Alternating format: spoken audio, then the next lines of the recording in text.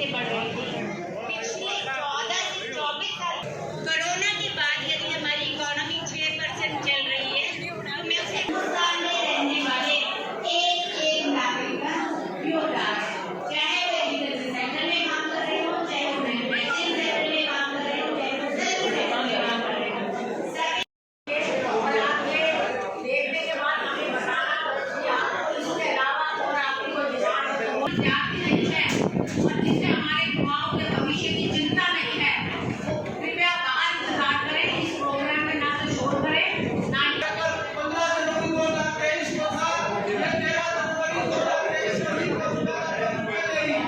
का युवा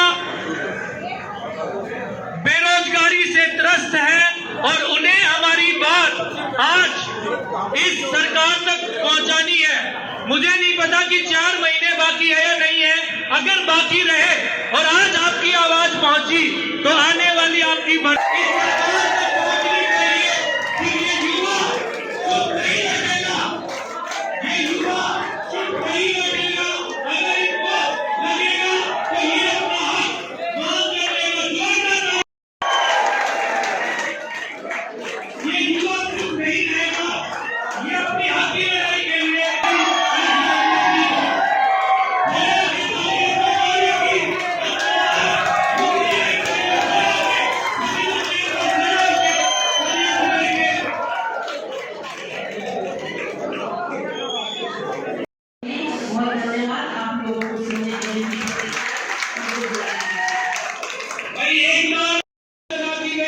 वही बच्चे दोबारा से सेलेक्ट हुए।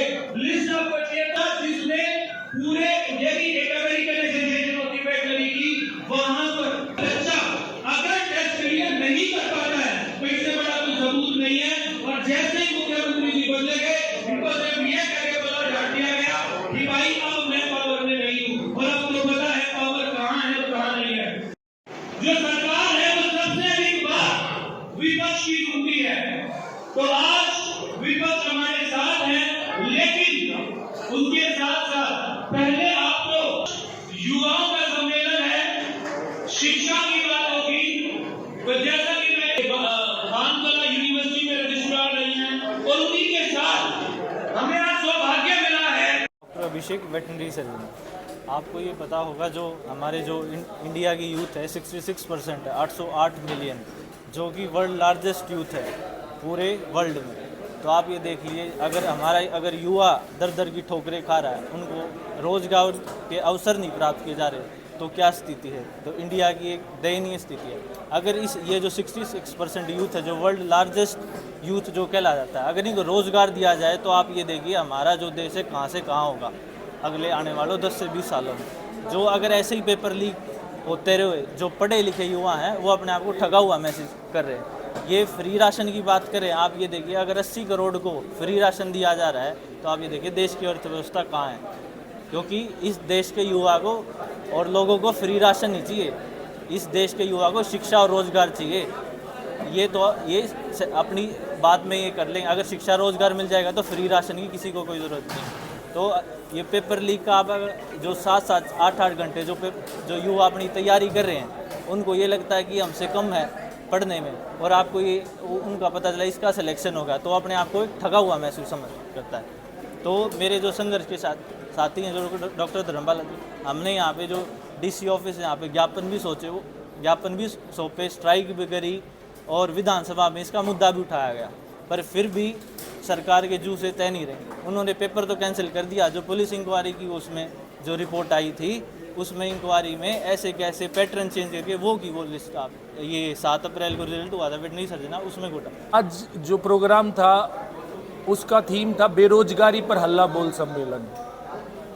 हम बहुत सारे युवाओं से मिलते हैं और इन युवाओं की जब प्रॉब्लम हम सुनते हैं, इन युवाओं की प्रॉब्लम सुन कर हम इतने परेशान हो गए थे कि हमें ये लगने लगा कि मिलकर अगर हम अपनी बात को रखेंगे तो शायद ये आवाज़ हमारी सरकार तक पहुंचेगी।